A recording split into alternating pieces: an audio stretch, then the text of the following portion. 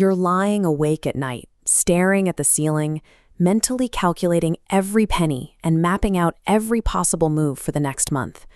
We convince ourselves that if we just analyze the data hard enough and execute our plans perfectly, we can manufacture our own way out of a broken situation.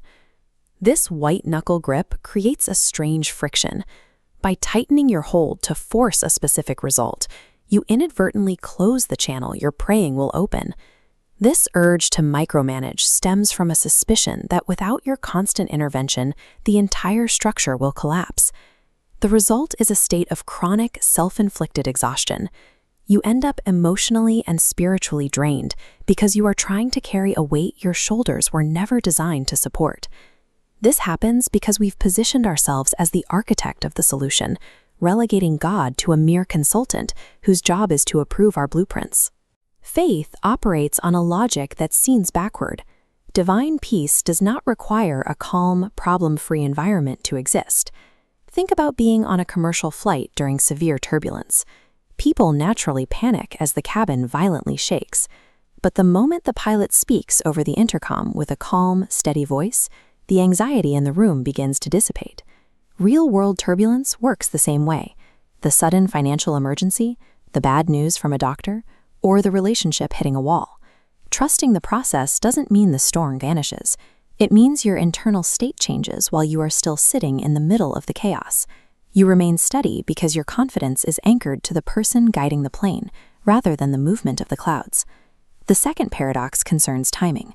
Forcing a situation usually leads to a mess, while waiting for a directive often creates the straightest path forward. Consider the case of Abraham and Sarah. Faced with a delayed promise, they panicked.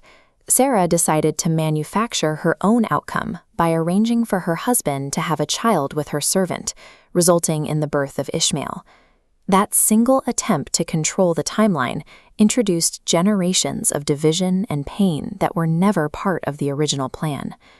Joseph, by contrast, endured betrayal and years in an Egyptian prison without trying to manipulate his way out. He sat in the shadows of a dungeon, choosing patience over a forced escape. Because he didn't try to force a human solution, he was perfectly positioned to step into a role that saved an entire empire from famine. Panic-driven decisions create endless complications. Surrendered patience turns a prison cell into a stepping stone.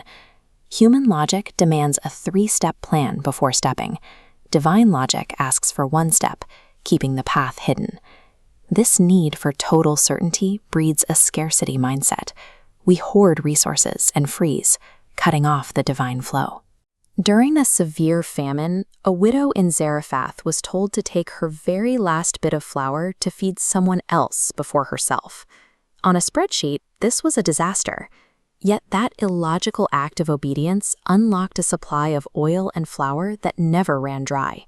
She stopped calculating and started trusting.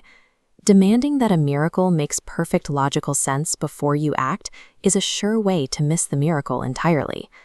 Total trust doesn't mean the emotion of fear vanishes or that the external dangers are no longer real. It simply means fear is no longer the primary consultant in your decision-making process. We try to control finances desperately because we link identity directly to our net worth. When the account drops, we feel like a failure. Periods of scarcity break this connection. Once circumstances no longer dictate your self-worth, they lose their power to cause panic. Surrender is a deliberate transfer of weight. It is the act of moving the pressure of the outcome from your own hands onto a capability that has no limit. This is a mental release of a burden you were never equipped to carry in the first place.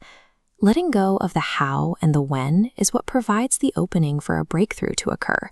Stepping back is the necessary action that allows a divine plan to move forward.